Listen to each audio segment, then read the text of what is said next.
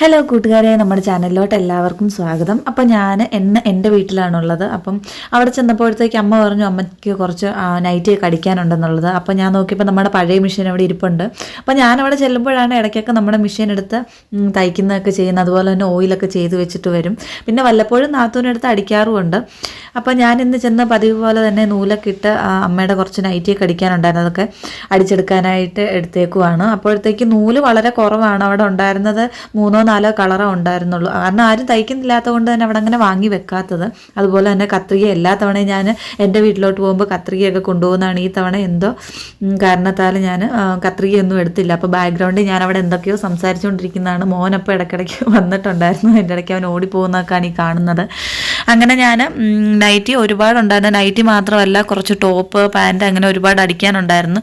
അപ്പം ഓയിലൊന്നും കുറേ നാളായിട്ട് ചെയ്യാത്തതുകൊണ്ട് തന്നെ നൂലെപ്പോഴും പൊട്ടി പൊട്ടി പോകുന്നതൊക്കെ നിങ്ങൾക്കിത് കാണാനായിട്ട് പറ്റുന്നുണ്ടായിരിക്കും എന്ന് വിചാരിക്കുന്നു. അപ്പം എൻ്റെ ആദ്യകാലത്ത് ഞാൻ തയ്യൽ പഠിച്ച ഈ ഒരു മെഷീനാണ്. അപ്പോൾ ഈ ഒരു മെഷീനിലല്ലേ തയ്യൽ പഠിച്ച വേറൊരു സ്ഥലത്ത് പോയാണ്. അതിനുശേഷം അമ്മ എനിക്ക് ഈ ഒരു മെഷീൻ വാങ്ങിത്തന്നു. പിന്നെ ഇതിലായിരുന്നു ഞാൻ എല്ലാം പഠിച്ചതും. എല്ലാം ഇതിൽ തന്നെയായിരുന്നു. അതിന് നമ്മൾ കുറേ ഈ മെഷീൻ നമുക്ക് വരുമാനമൊക്കെ ഉണ്ടാക്കി തന്നിട്ടുണ്ട്. അതിനുശേഷമാണ് ഞാൻ പുതിയൊരു മെഷീനൊക്കെ വാങ്ങിയത്. അപ്പോൾ ഈ ഒരു മെഷീൻ്റെ പ്രത്യേകത എന്താണെന്ന് വെച്ചിട്ടുണ്ടെങ്കിൽ നമ്മൾ ചവിട്ടിക്കൊണ്ടിരിക്കണം. അപ്പോൾ ഞാൻ ഇത്ര നാളും കറണ്ട് മെഷീനിൽ ഉപയോഗിച്ചിട്ടുണ്ട്. അപ്പോൾ നമുക്ക് ഈ ചവിട്ടുന്നതിൻ്റെ പാടൊന്നും ഇല്ലായിരുന്നു. അപ്പോൾ പെട്ടെന്ന് മെഷീൻ മാറിയപ്പോഴത്തേക്ക് കുറച്ച് ബുദ്ധിമുട്ടിയൊക്കെയാണ് ഞാൻ തയ്ച്ചെടുത്തത്. എന്നാലും ഞാൻ തയ്ക്കാൻ തന്നെ എല്ലാ സാധനവും നമ്മൾ അടിച്ചു കൊടുത്തിട്ടുണ്ടാകും. കാരണം നമ്മൾ ആദ്യമേ ഒരു സ്റ്റാർട്ടിങ് ട്രബിളാണ് കാണത്തുള്ളൂ. പിന്നെ നമുക്ക് ആ ഒരു ഫ്ലോയിൽ തന്നെ തയ്ച്ച് എത്ര വേണേലും തയ്ച്ചെടുക്കാനായിട്ട് പറ്റും. പിന്നെ ഓയിലും കൂടെ ഇടയ്ക്കിടയ്ക്ക് ചെയ്യുവാണെങ്കിൽ നമ്മുടെ മെഷീന് യാതൊരുവിധ പ്രശ്നമൊന്നും കാണത്തില്ല. അങ്ങനെ നമ്മൾ പിറ്റേ ദിവസം ആയപ്പോഴത്തേക്ക് നമ്മൾ മുറ്റത്തോട്ട് പറമ്പിലോട്ടൊക്കെ ഇറങ്ങിയപ്പോഴത്തേക്ക് അമ്മയുടെ അച്ഛൻ്റെ ചെറിയൊരു കൃഷി കണ്ടു. അതായത് പച്ചക്കറി കൃഷി. അപ്പോൾ ഒരുപാടൊന്നും ഇല്ല. അപ്പോൾ ബീൻസാണ് മെയിൻ. അതിൻ്റെ ഇടയ്ക്ക് വാഴ, തക്കാളി അങ്ങനെ എന്തൊക്കെയോ നട്ടിട്ടുണ്ട്.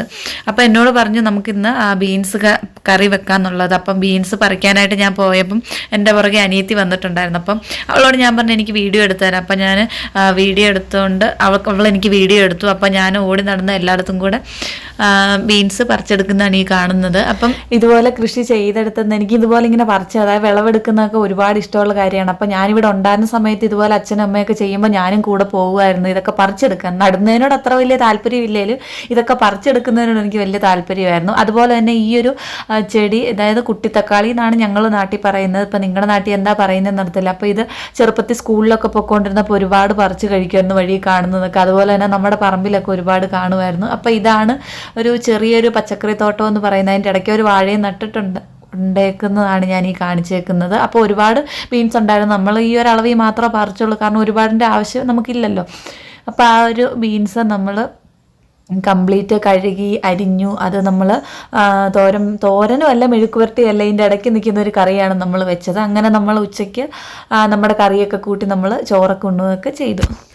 അങ്ങനെ നമ്മൾ അതെല്ലാം കഴിഞ്ഞ് പുറത്തിറങ്ങിയേക്കുവാണ്. അപ്പോൾ നല്ല മഴയായിരുന്നു പുറത്ത്. അപ്പം മഴയൊക്കെ കഴിഞ്ഞപ്പോഴത്തേക്ക് കിളികളെല്ലാം കൂടെ, നമ്മുടെ വീടിൻ്റെ ഓപ്പോസിറ്റ് മാവാണുള്ളത്. അപ്പം മാവിലും അതുപോലെ തന്നെ മുറ്റത്തുകൂടെയൊക്കെ പറന്ന് കളിക്കുന്ന ഉണ്ടായിരുന്നു. അപ്പോൾ കറക്റ്റ് ഞാൻ വീഡിയോ എടുത്തപ്പോഴത്തേക്ക് എല്ലാവരും പോയി. എന്നാലും ഒരെണ്ണം നിങ്ങളത്ര സൂം ചെയ്ത് നോക്കിയാൽ നിങ്ങൾക്ക് മനസ്സിലാകുമെന്ന് എനിക്ക് തോന്നുന്നു.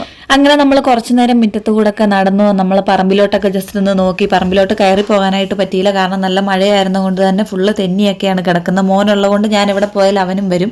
അതുകൊണ്ട് നമ്മൾ ജസ്റ്റ് പറമ്പിലോട്ടൊക്കെ ഇങ്ങനെ നോക്കി നടന്നു. അവസാനം വീട്ടിൽ കയറുമായിരുന്നു ചെയ്തിരുന്നത്. അപ്പോൾ ഇത്രയേ ഉള്ളൂ നമ്മുടെ വീഡിയോ എന്ന് പറയുന്ന ഒരു കൊച്ചു വ്ളോഗാണ് ഞാൻ ചെയ്തേക്കുന്നത്. ഞാൻ എൻ്റെ വീട്ടിൽ പോയതിൻ്റെ. അപ്പോൾ ഇഷ്ടപ്പെടാൻ തീർച്ചയായിട്ടും സപ്പോർട്ട് ചെയ്യണം. അപ്പോൾ നമുക്ക് വീണ്ടും അടുത്ത വീഡിയോയിൽ കാണാം. Tata, bye bye.